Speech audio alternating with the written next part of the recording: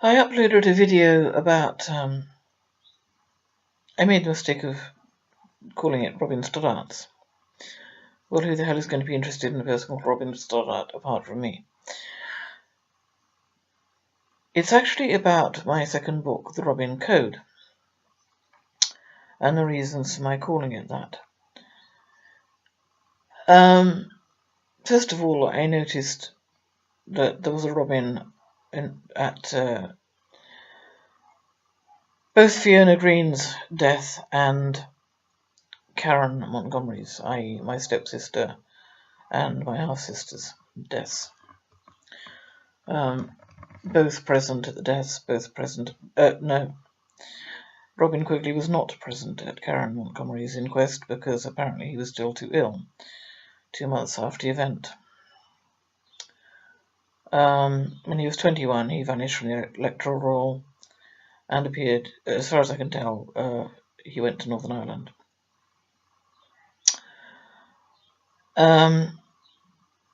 There was another Robin, however, named at Fiona's inquest, a man called Robin Rivers, who I talk about very little, although I did quite a bit of research.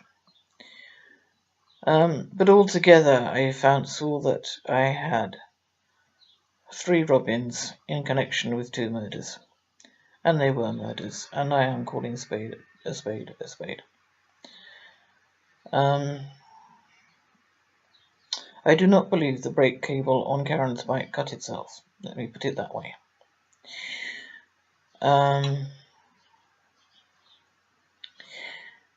As for Fiona, she was absolutely full of fluid, and nobody even seemed to be bothered to explain it. And I'm going off topic.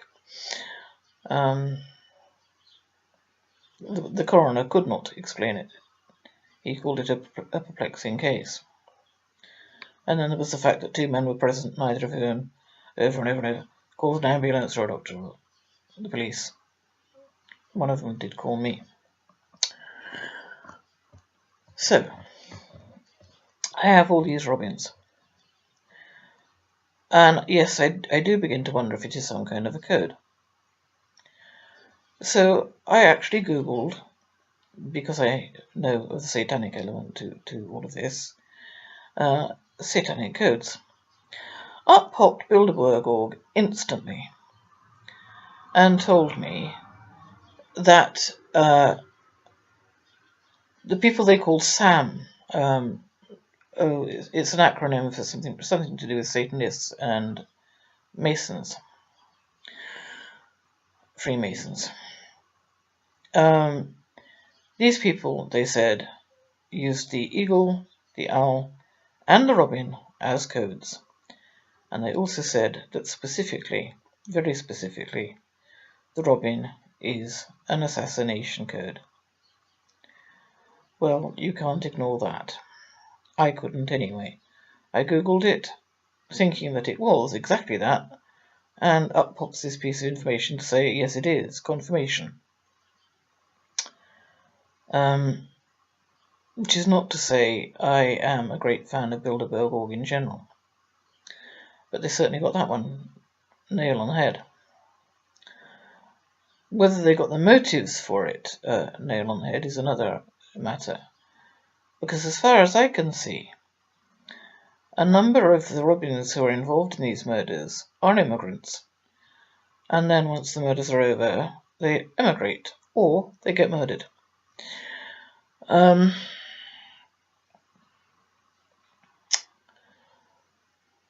So, as I said, it was a Robin Quigley at my half-sister's death, a Robin Stoddart at my stepsister's death. I'm going to forget Robin Rivers for now.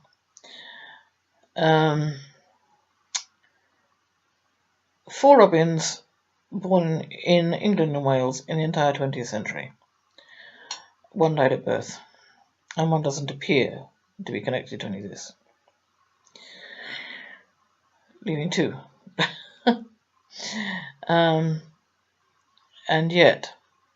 And yes, I have found 2 immigrant Robin Stoddarts. One of whom died this year, and the other of whom died in 2012.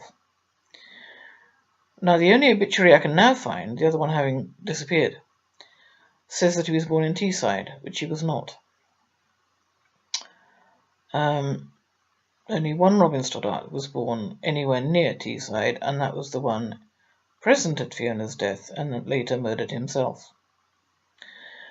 So this Robin Stoddart, who died this year, sorry, I beg your pardon, 2012, Robin H. Stoddart, was not born in Teesside. Could be a mistake, of course, but I'm betting on immigrant.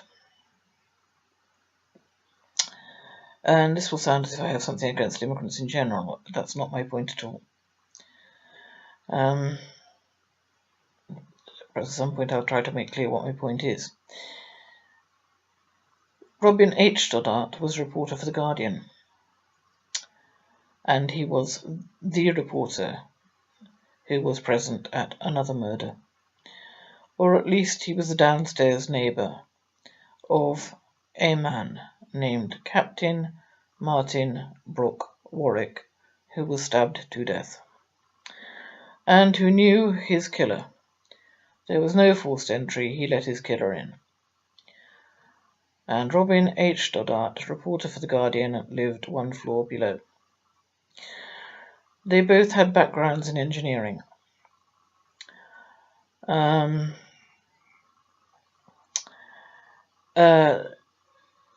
They appear to have had a great deal in common, in fact, except that the victim of the murder was glossed as gay. And Robin Stoddart, who was interviewed, he wasn't the reporter for this murder, he was interviewed, re this murder, described Captain Martin Brooke Warwick as a jolly chap who whizzed around on his rollerblades,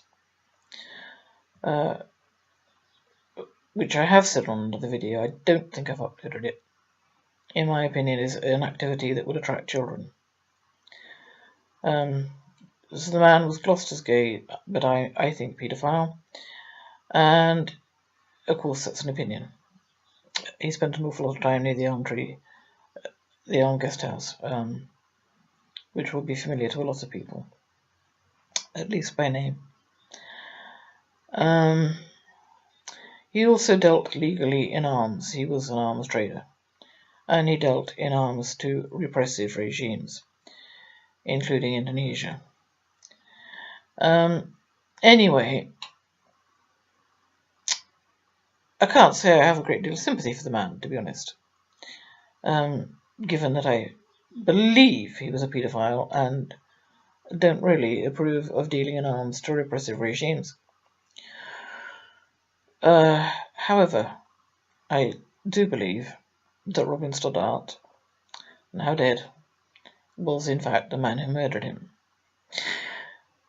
It was said in the article, 2002, it was said in the article that DNA was collected.